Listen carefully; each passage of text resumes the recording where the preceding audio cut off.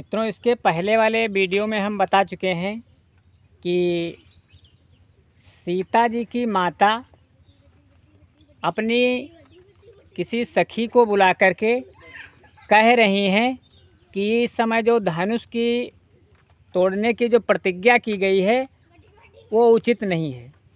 राम छोटे हैं और इनसे धनुष टूट नहीं सकता है। और भी बातें उनके दिमाग में आ रही हैं। देखिए, जो आगे की जो चौपाई इसमें निकल कर आई है कि रावण बाण छुआ नहीं चापा, रावण बाण छुआ नहीं चापा, हारे सकल भूप कर दापा, सो धन राज कुंवर कर देहीं, बाल मराल की मंदर लेहीं। ये बात भी रावण बाण छुआ नहीं चापा, हारे सकल भूप कर दापा। हम बता रहे थे, कल भी बता रहे थे और आज भी बता दें, कक्षा 10 के स्टूडेंट जो भी विद्यार्थी हैं ध्यान से हर एक चौपाई को, इस बात को समझने की कोशिश करेंगे कि आखिर यह चौपाई लिखा तो गोस्वामी जी ने, मानस की चौपाई है, धनुष भंग प्रसंग से है, लेकिन उसमें यह भी लिखना होता है कि यह बात कौन कह रहा है। तो रावण बाण छुआ नहीं चापा, हारे सकल भूप कर दापा, सो धनु राज कुंवर कर देहीं, बाल मराल की मंदर लेहीं। पढ़ा कैसे जाता है एक बार पढ़ के बताता हूँ।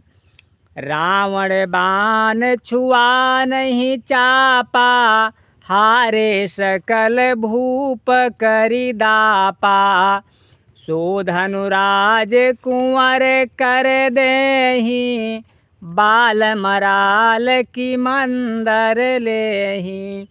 ऐसी तुकबंदी में इसको पढ़ा जाता है मित्रों।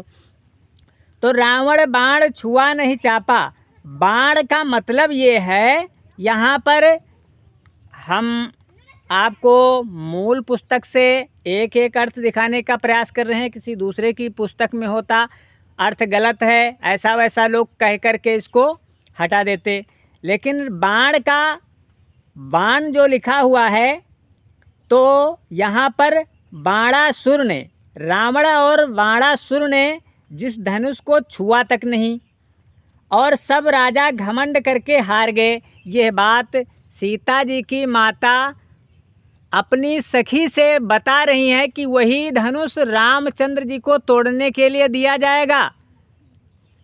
लगता है हमारे कोई नातेदार और कोई हितैषी जितने भी यहाँ पर उपस्थित हैं उनकी बुद्धि काम नहीं कर रही, ऐसा कुछ लग रहा है।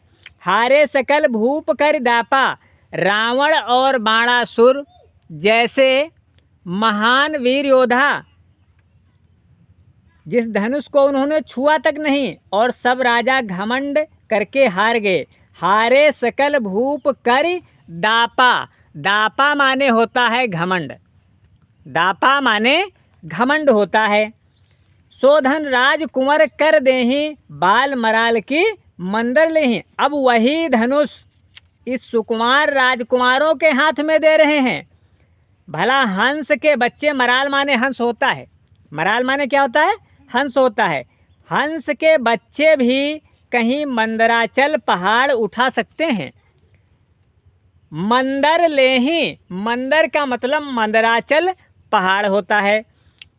तो ये बात रावण बाण छुआ नहीं चापा, हारे सकल भूप कर दापा, सो धन राज कुंवर कर देहीं, बाल मराल की मंदर लेहीं। यह बात सीता जी की माता अपनी सखी को समझाते हुए कह रही हैं कि जिस धनुष को रावण और बाणासुर जैसे महान और बलवान योद्धाओं ने छुआ तक नहीं और सब राजा घमंड करके हार गए, वह धनुष अब इन राजकुमारों को दिया जाएगा। भला हंस के बच्चे कहीं मंदराचल पहाड़ उठा सकते हैं? हंस एक छोटा सा होता है। यहाँ पर गोस्वामी जी के मतानुसार सीता जी की माता कह रही हैं ये राम लक्ष्मण हंस के समान उन्हें दिखाई दे रहे हैं। आगे और यही नहीं, आगे और भी कह रही हैं। भूप शयानप सकल सिरानी, और सखी विधि गति कछु जात न जानी। बोली चतुर सखी मृदुबानी, तेजवंत लघु गनियन रानी। भूप शयानप, भूप शयानप सकल सिरानी। देखिए, भूप शयानप सकल सिरानी, भूप शयानप सकल सिरानी, सखी विधि गति कुछ जात न जानी। बोली चतुर सखी मृदुबानी, तेजवंत लघु गनियना रानी। और तो कोई समझाकर कहे या नहीं, लेकिन कह रही हैं, बोली चतुर सखी मृदुबानी, तेजवंत लघु गनियन। भूप शयानप सकल सिरानी, सखी विधिगत कुछ जात न जानी। इससे पहले चौपाई बता चुके हैं। और तो कोई समझाकर कहे या नहीं, लेकिन राजा तो बड़े समझदार और ज्ञानी हैं। भूप शयानप, भूप माने राजा, राजा शयाने हैं अर्थात ज्ञानी हैं, लेकिन उन्हें तो गुरु को समझाने की चेष्टा करनी चाहिए थी, परंतु मालूम होता है राजा का भी सारा शयानप अर्थात ज्ञान समाप्त हो गया है, समाप्त हो गया है। हे सखी विधाता की गति कुछ जान में नहीं आती है, सखी विधि गति कछु जात न जानी, सखी विधि गति कछु जात न जानी। यानी कहा जाता है कि विधाता की गति कुछ जानी नहीं जाती। और इतना कह करके रानी चुप हो गई। तब एक चतुर राम जी के महत्व को समझाने वाली सखी कोमल वाणी से बोली, हे रानी, तेजवान को देखने में छोटा होने पर भी छोटा नहीं गिनना चाहिए।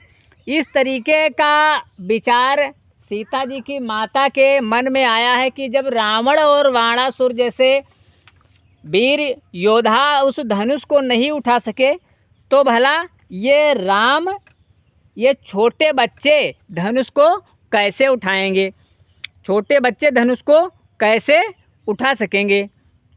यही बात सीता जी की माता के मन में आई है। विचार करने की बात है। तमाम तरह के प्रश्न उठते हैं कि आखिर रावण जब इतना बलवान था, इतना योद्धा था, उसने क्यों नहीं धनुष उठाया, क्यों नहीं धनुष तोड़ा, क्या कारण था। कल हमने इसके अगले वीडियो में, पहले वाले वीडियो में हमने एक चौपाई बोल करके छोड़ दिया था। रावण बड़ा विद्वान था और वो जानता था। मित्रों, इस बात को इस मानस में नहीं लिखा गया है जो हम आपको बताने का प्रयास कर रहे हैं। एक परंपरा होती है, एक परिपाटी हमारी आपकी है कि हम अपने पूर्ववर्ती कवियों से कुछ न कुछ ले करके और आगे बढ़ाने का प्रयास करते हैं। ये रामचरितमानस गोस्वामी जी की लिखी गई है और अन्य कवियों ने अपने मतानुसार ये मानस शंका समाधान पुस्तक के माध्यम से आपको ये बात मिल जाएगी कि वास्तव में रावण ने धनुष को क्यों नहीं तोड़ा था। उस धनुष के ऊपर जो अंक लिखे थे, क्या लिखा हुआ था, देखे लिखे धनुष पर अंका, रावण के मन उपजी शंका। देखे लिखे धनुष पर अंका, रावण के मन उपजी शंका। पहले लिखा पिता का मरना, दूजे लिखा तिरिया का हरना। इस तरीके से बहुत कुछ और लिखा गया था उस धनुष के ऊपर। और कुछ कवि तो ये बताते हैं कि इसी बात को ध्यान में रखकर रावण ने धनुष को नहीं उठाया था और रावण और बाणासुर जैसे महान योद्धा उस धनुष को हिला नहीं सके। और कुछ लोग तो बताते हैं धनुष, वो जितने राजा अहंकार के बस धनुष के पास गए, वो अहंकार के बस धनुष किसी से उठ नहीं सकता था। तमाम किंवदंतियाँ और तमाम टीका टिप्पणी और तमाम सारे इसमें तर्क वितर्क हैं, कहाँ तक देखेंगे। हम अपने सिलेबस पर आगे चलते हैं, फिर आगे कुछ और बताएंगे। तो माता उनकी फिर से बता रही है, माता और सखियों में जो बात हो रही है, एक सखी जब सीता जी की माता इस प्रकार से परेशान है कि जब इतने रावण और बाणासुर जैसे लोग इसको नहीं उठा सके, तो ये भला बच्चे जो हंस के समान लग रहे हैं कैसे इसको उठा सकते। दूसरी सखी फिर समझाते हुए कह रही है कि किसी तेजवान व्यक्ति को छोटा नहीं गिनना चाहिए। बोली चतुर सखी मृदवानी, तेजवंत लघु गणीय न रानी। इस चौपाई से आपको अर्थ मिल जाएगा। आगे देखें क्या कहती है। कहाँ कुंभज कहाँ सिंधु अपारा, सो स्यो सुजस सकल संसारा। रवि मंडल देखत लघु लागा, उदयता सुत्रिभुवन तम भागा। कहाँ कुंभज कहाँ सिंधु अपार। एक बहुत बड़ी कहानी है। कुंभज ऋषि, जिनका नाम सुना होगा, वो कुंभज ऋषि हैं एक। और सिंधु माने क्या होता है? सिंधु माने समुद्र होता है। एक किंवदंती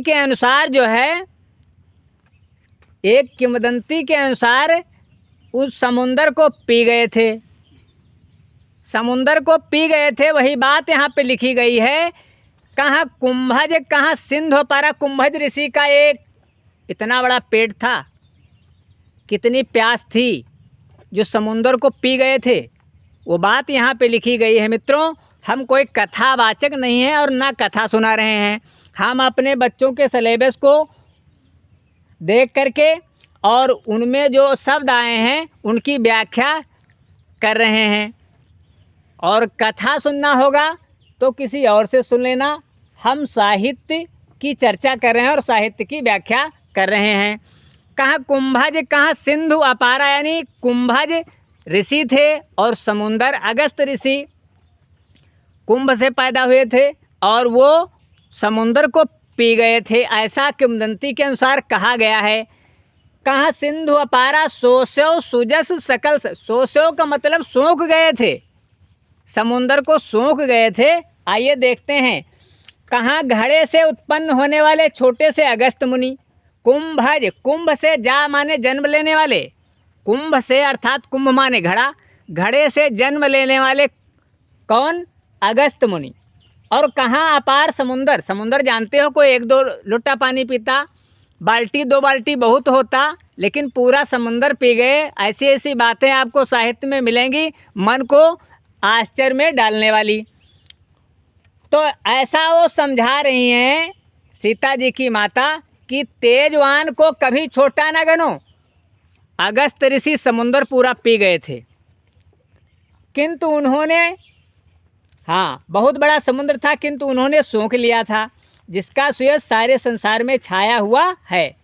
सोस्यो सुजस सकल संसारा। सुजस का मतलब सुयश, उनका अच्छा यश संसार में छाया हुआ है कि अगस्त मुनि ने समुद्र को सूंघ लिया। ये उनका यश पूरी दुनिया में छाया हुआ, अर्थात सभी लोग जानते हैं। और उदाहरण दे रही हैं। रवि मंडल देखत लघु लागा, उदयता सुत्रिभुवन तम भागा।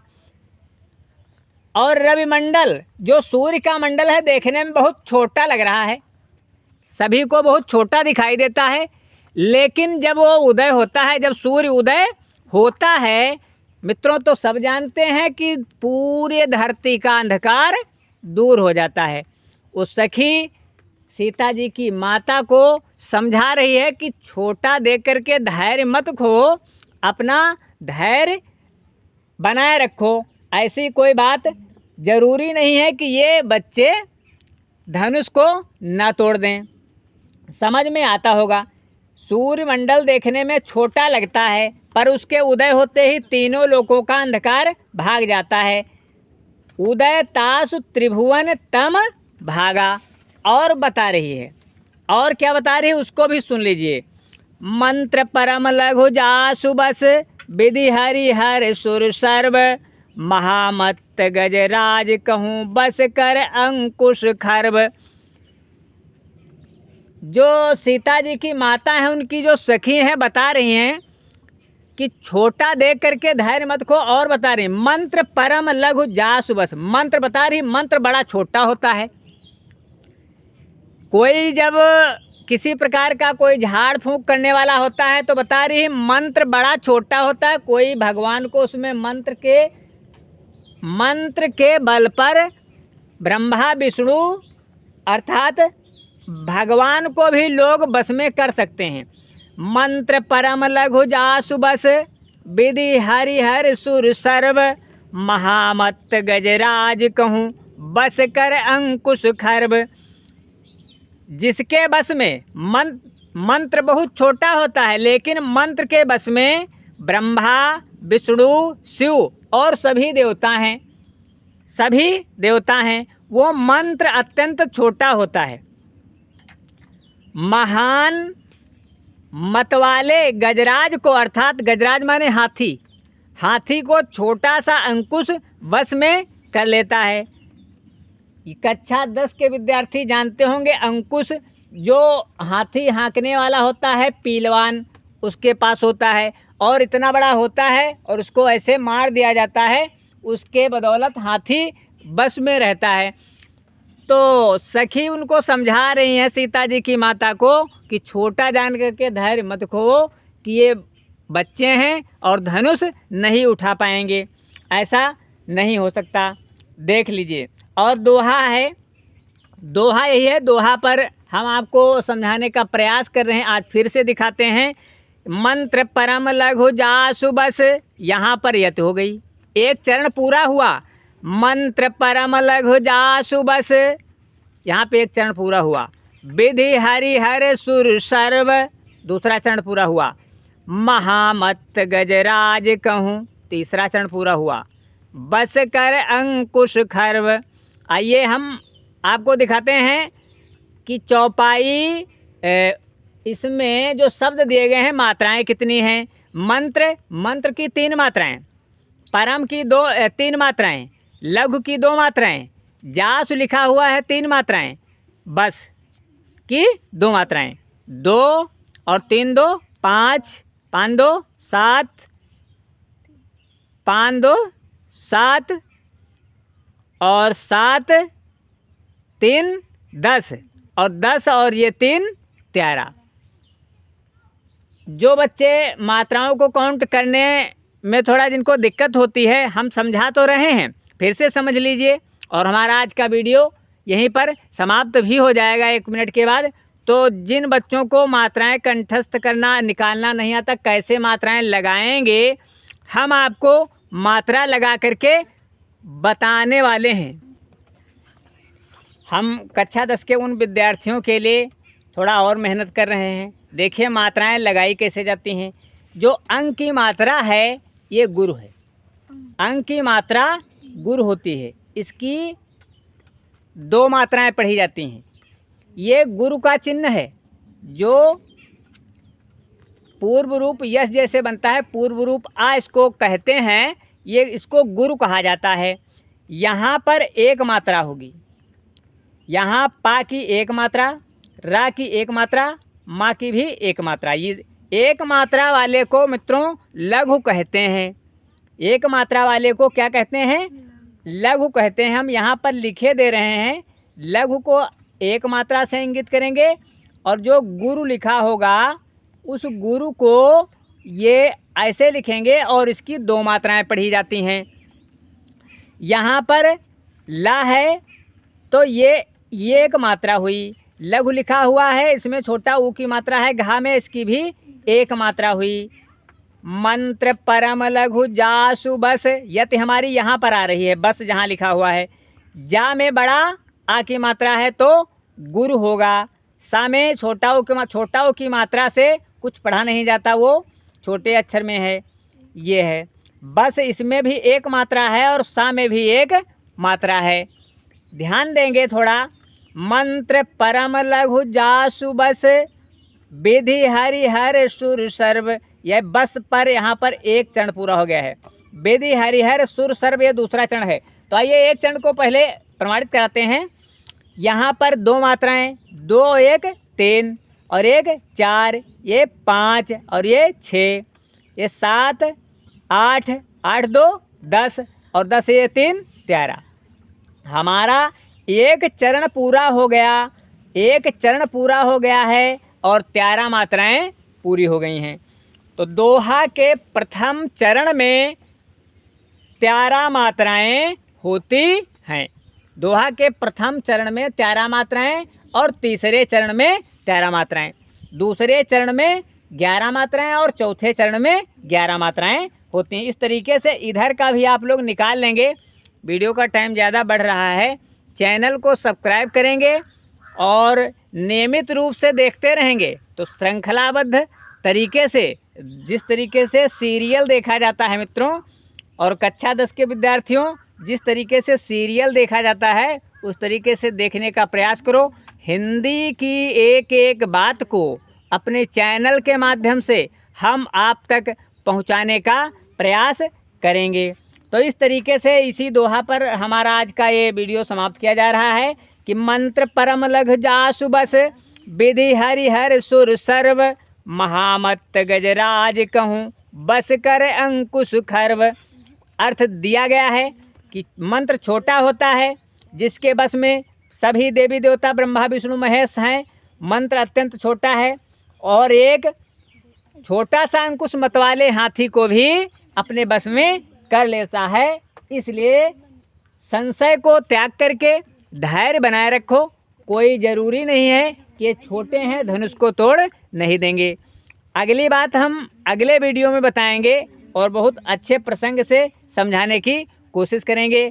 तब तक देखते रहिए विक्रम सिंह खेरिया यूट्यूब चैनल और जल्दी से सभी अपने मित्रों को और साथियों को शेयर ज़रूर कर दीजिए कि आपको मूल पुस्तक से सही अर्थ दिखाने का प्रयास कर रहे हैं। जो लोग अध्ययनरत हैं वह भी सुने और जो अध्ययनरत नहीं हैं, ये रामायण की बात है, रामचरितमानस की बात है, वो लोग भी इसको सुन सकते हैं। धन्यवाद।